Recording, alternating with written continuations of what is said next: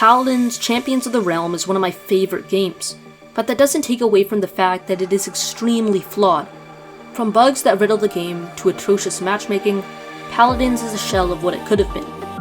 In fact, hi-rez, the game studio behind Paladins, may have done the worst management job I've ever seen in a video game. But how did such a promising game get to the place it is now, where fans, critics, and content creators bash the very own game that they play? To answer that question, today I'm going to be looking at Paladins, hi-rez, and how important management really is in the gaming industry. This is the story of Paladins, when management goes wrong.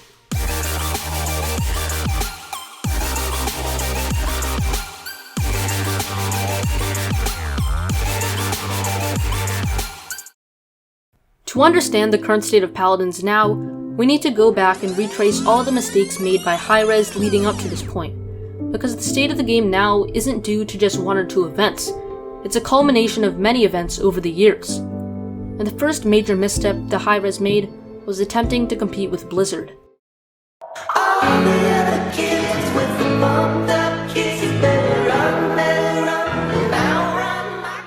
Before hi-rez announced Paladins in 2015, Blizzard had announced Overwatch in 2014. Now, Paladins had been a long way into development at that point, but Blizzard, being the bigger studio, unsurprisingly beat them to it. So at that point, hi-rez had two options. Either they could attempt to compete with the giant company Blizzard, or they could scrap some of their game and try to differentiate it enough so that people wouldn't think that they had copied. And while they tried to change a few things, it took away from the original vision that they had, and they made their first arguable mistake that would pave the way for many to come. They said, you know what, let's just change a few things, but continue the way that we had intended. Paladins. And so they rushed to get Paladins out of beta. This mad dash to beat Overwatch resulted in a ton of bugs. So right off the bat, to no fault of their own, they were forced to make an unfair decision. But these things come and go in the gaming industry, and hi-rez, being a pretty veteran company, should have known not to try to beat Blizzard. So as a result of this, anyone looking in at Paladins immediately thought that it was a basic Overwatch clone. But even at this point, after Paladins and Overwatch had been out for some time, hi-rez had the opportunity to distance itself from Overwatch. But instead, they took the short-term benefits and further copied Overwatch, adding kill cam, top play, and a lot of other similar things. So at this point, after shooting itself in the foot by making poor marketing decisions, Paladins is already considered a ripoff. But this is where hi-rez dropped itself into its first huge, undeniable mistake.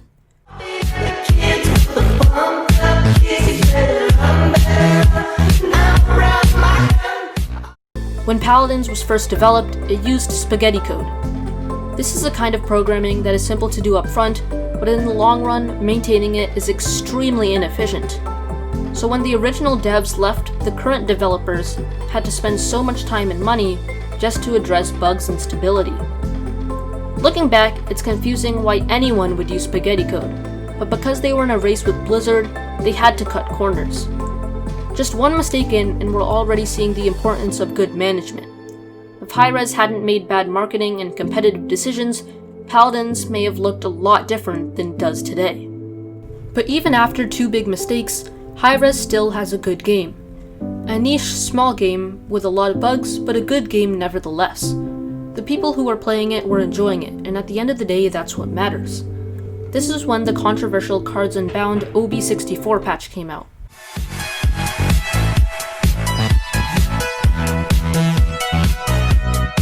Before this patch, Paladins was in its golden days, but once again, struck by greed and power, hi-rez opted to make all of its loadout cards unlockable using money. This pay-to-win meta slowed down Paladins so much, over 30% of the original fanbase quit from that one patch. And what hurts the most is that the community had a huge voice. Everyone was against it, but hi-rez took the bait and showed their first true luck at how they handled criticism. Ask any seasoned veteran of Paladins and they will tell you that OB64 was the first major downfall in Paladins. But now is a good point to talk about management.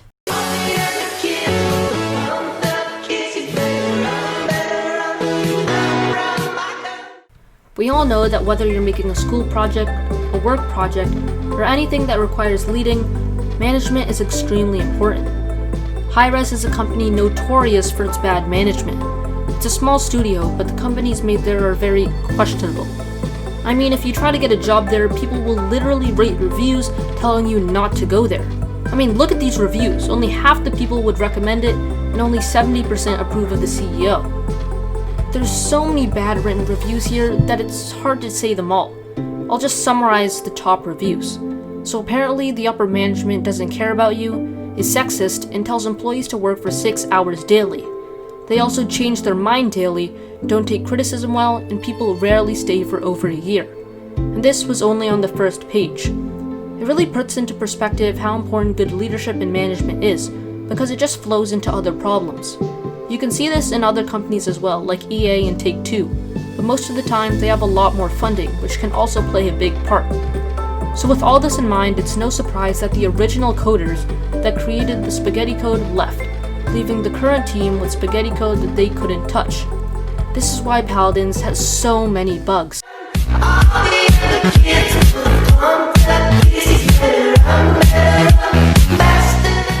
Again, we're seeing bad management come back to haunt hi-rez.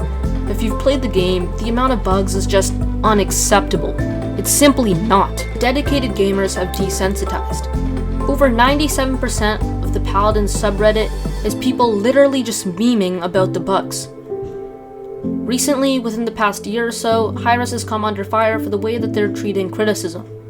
Helvian and Syberbolt, two content creators who voiced their opinions about the game, talked about the problems with hi-rez.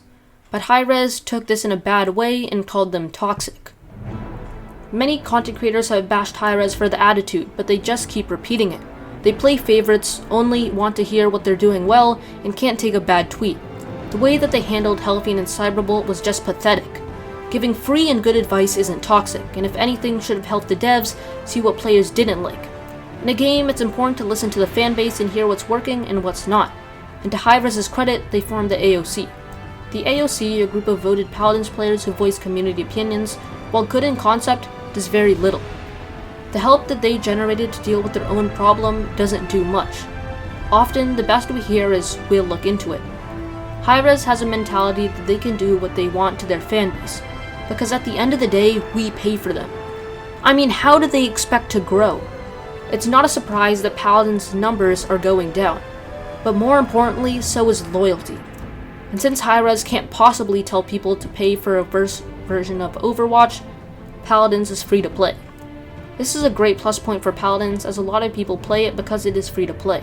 But because of this, hi-rez has to spend a ton of time making money through the Battle Pass, because they won't be able to survive otherwise.